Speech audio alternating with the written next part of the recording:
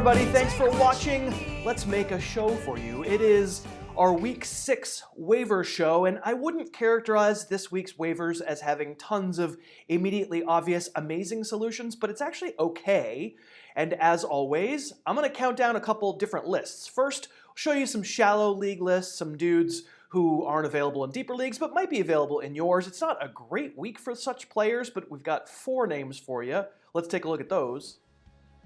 I only got 4 guys on this list this week because I didn't find that much to love in this range, and 3 of the guys I'm putting here are running backs that I'm honestly not completely sold on, obviously. I mean, Alfred Morris gets a nod because Matt Breida got hurt after looking good for a quarter on Sunday, which cedes a potentially big workload to a player who's fine, who can score a touchdown, and who plays against a so-so Packers defense Monday night next week. Gee, do you think NBC thought they were getting Garoppolo Rodgers in that game? Allen and Allison remain on this list from last week. Allen, so-so player in a decent role. Allison could still have a pretty giant role waiting for him if he could get cleared from his concussion, didn't play this week, and if Randall Cobb's hamstring is still bad. And I put Nyheim Hines on here because the Colts don't seem capable of a traditional running game right now, so Hines and his track star speed and quickness make him a logical go-to dude who should get you, I don't know, 10 touches per week, probably at minimum.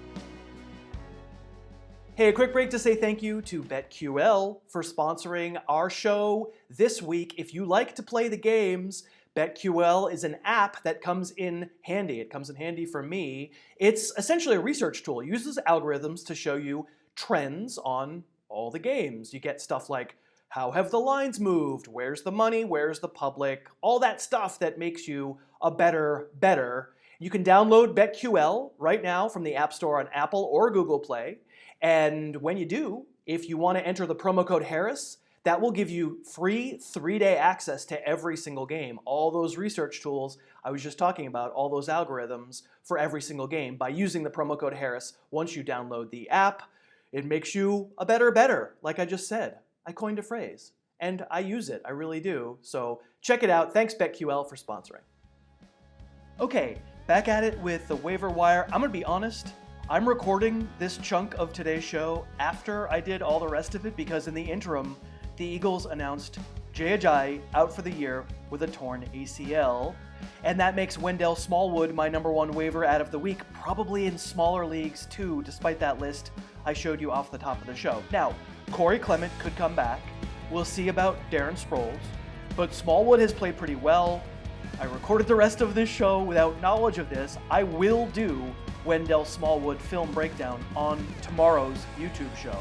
For the rest of today's show, I'll have a look at these other 5 guys, including 3 Buccaneers, because I apparently simply love trouble, and even though, yes, I do know that Fitzmagic is over, there's value in adding them, there's value in Foreman, and Valdez-Scantling too. So I did. I showed you some Ronald Jones film on this version of the show last week, so last Monday, if you want to go back and look at some Ronald Jones film. The good stuff is mostly from college, because he hasn't done all that much as a pro just yet, but it's about the role, right? Peyton Barber, probably not a starting running back in the NFL. The Buccaneers need an injection of life into the running game. I would imagine going into this Falcons game, they've got a chance at getting Ronald Jones some work. I don't really know, but I do like the raw athletic ability, and maybe he figures it out. So he would be my #1 out of the week, but like I said, you can go watch that film from last week. So I will actually start you out here with some film analysis of Deonte Foreman, the running back for the Texans. What's the best Deonte Foreman is likely to be for the Texans? It's pretty well accounted for in this play from a Sunday night game from 2017. An inside handoff, not all that many moves, but don't arm tackle him because he will mow you down. Foreman is 6'1" and 235 pounds. He won't play in week 6, but people who are near the team seem to believe he'll be able to go week 7 when he's first eligible. He's a big dude. And what's he coming back from? Well, it's a torn Achilles. He suffered it on this play. Again, you're not getting moves when there are lanes to run in a gentle curve, a la Derrick Henry, a la James Conner. You're getting a powerhouse.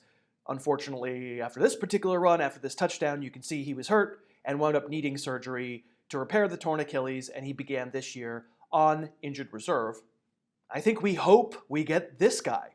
We just spent a Sunday night in Week 5, Cowboys-Texans, watching Houston be fairly incapable of converting on goal-to-go chances, and Deshaun Watson taking huge vicious hits trying to run touchdowns in himself. At the very least, Lamar Miller will probably be back, but we're hoping that this big-bodied kid can take some of that load at least, and it could lead to some short touchdowns. But when you have a Brandon Jacobs type like this, and he tries to cut back, it doesn't always go so well. And to make things worse on this play, he fumbles. I think you can probably see for yourself with Foreman, we're not getting the dynamic player who leads the way, who makes an offense good because he's so good. I think in the best case, you're getting the guy who benefits when the offensive machinery is running smoothly.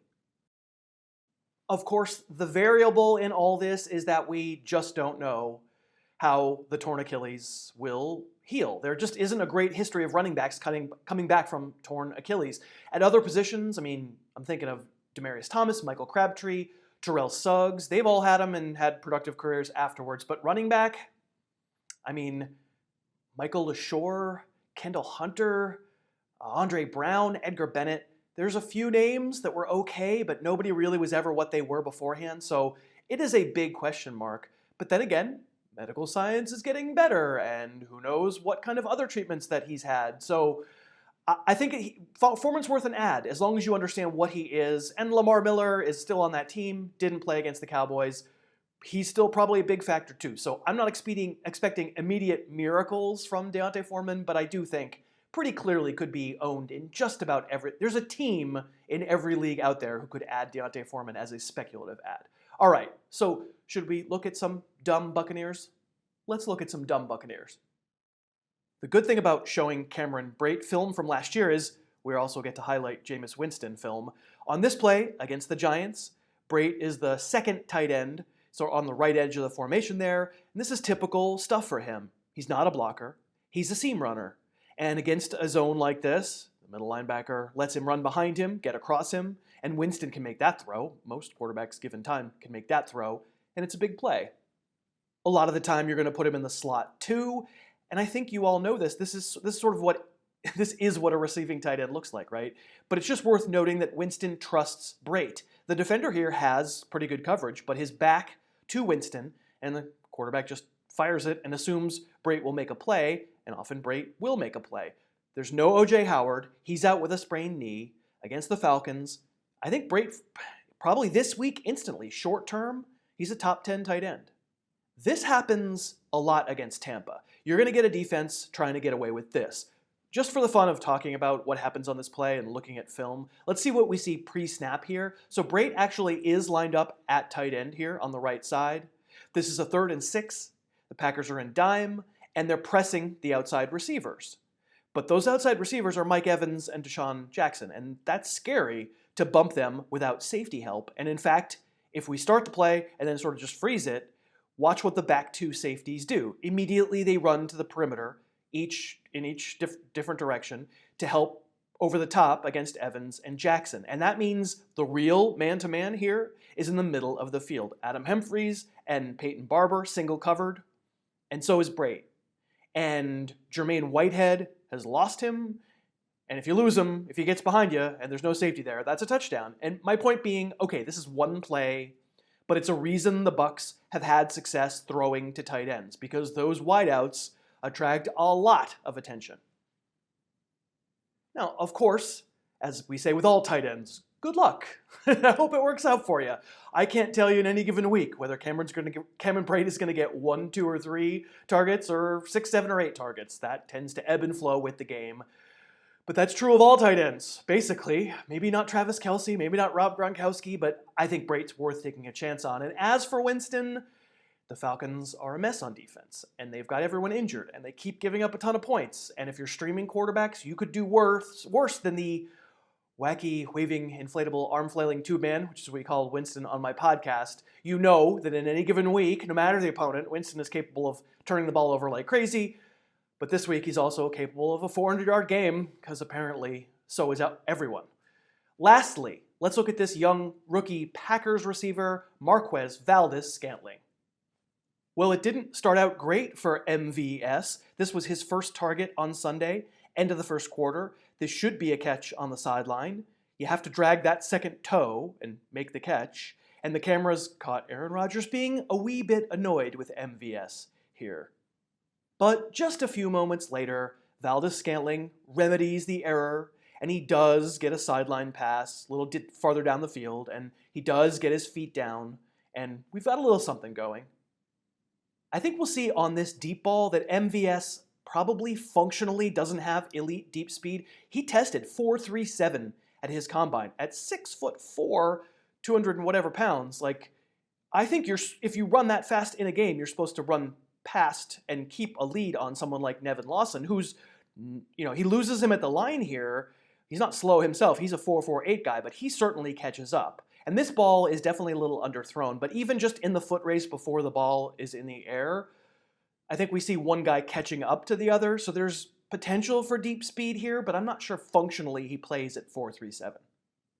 And, congratulations, kid. You scored a touchdown. Maybe we're not going to give you extra credit when they decide, let's not cover that guy.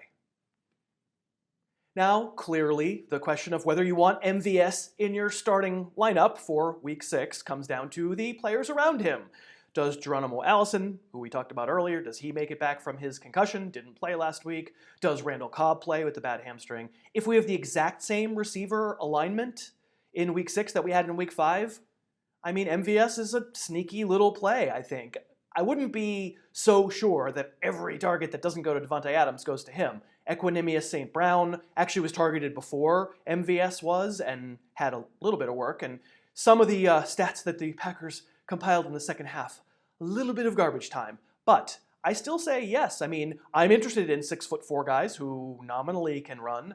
MVS was a super deep sleeper of mine on the podcast. So if it's the same receiving core, sure, I think maybe we're most interested in Dynasty because MVS, as a featured receiver with Aaron Rodgers somewhere down the road, could be quite valuable.